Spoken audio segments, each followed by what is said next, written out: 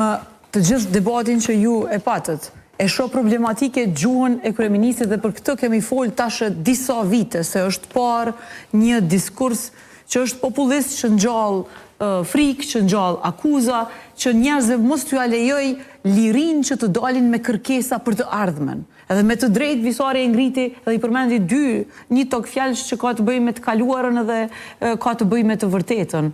Kur flasim kështu, e kishim tash së fund një rast në Kuvendin e Kosovës, kur kryesia është vënë në lajthitje me një kërkesë të një organizate jo qeveritare, për një ekspozitë që flet për të kaluarën dhe e sponsorizon atë, bie në lajthitje, mashtrohet kryesia, sepse tjetër organizat ka apliku, tjetër organizate ka implementu, dhe tash nuk kishim sot vullnet me procedu me një dokument tip rezolute në të cilën bënim thirrje edhe i vënim një rregull në shpërndarjen e fondeve ku organizatat e caktuara do duhet i kthenin fondet që i kanë marrë, sepse kanë manipuluar, kanë keq përdorur të kaluarën.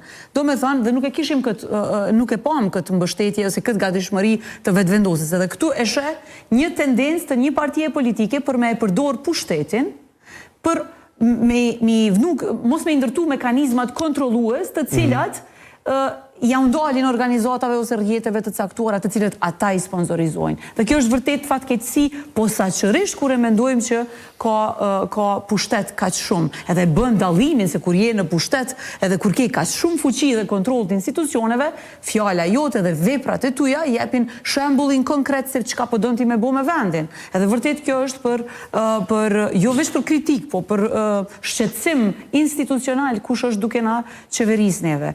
Po në anën tjetër, ne duhet flasim për krejt situatën politike që është në institucionet tona. Kemi krizë të stërgjatur, edhe kemi mos dëshirë të vullnetit për zgjidhje. Sot, krejt papritmas na u shfaqën 2 fjalime nga kryetaria e grupit parlamentar, e cila fliste për mos nevojën e shkuarës së zgjedhje. Kështu, domethënë, ajo i binte pikës së zgjedhjeve, thuse ishte pikë diskutimi, nuk ishte. Faktikisht, pastaj e pam edhe fjalimin e kryeministrit. A ka qas johon që të ketë konsensus? A kanë bet tashmë 26 ditë deri në ditën e 28 aprilit, kur edhe përmbyllet afati për çështjen e presidentit. A ka gjos të ketë konsensus? A ka gjos të shmangen zgjedhjet? Kur i sheh numrat në kuvend, normalisht që ka hapësirë për zgjidhje, sepse është matematik.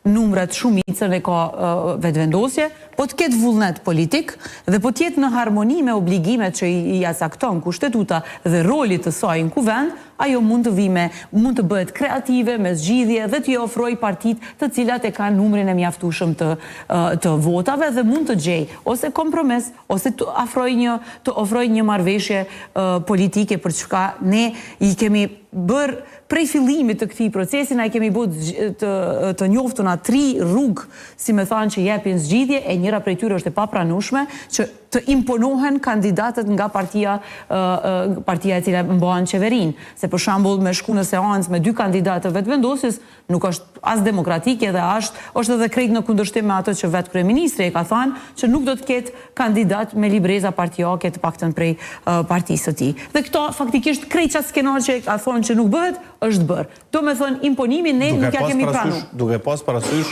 që nuk ishte emër konsensual. Do duhemi nxjerr dikën. Po duhet me pas një proces i cili synon të ketë një marrëveshje politike, ose një proces që duhet të ketë një konsensus. Dhe për këtë të kërkohet vullneti a priori i partisë së madhe. Edhe kur je në një proces, gjatë procesit i trajton kriteret e përzgjedhjes së presidentit, e gjen në bazë të profilit, i gjen disa kandidatura, ato duhet të dalin nga një dialog, nga një diskutim në mes të partive politike. E kjo është faktikisht kur ka vullnet, mund të arrihet aty. Qëre, LDK-ja prej pas zgjedhjeve jemi treguar totalisht konstruktiv, duke shkuar në diskutime, duke jep kontributin tonë, duke treguar se si do duhet që si e shohim ne procesin,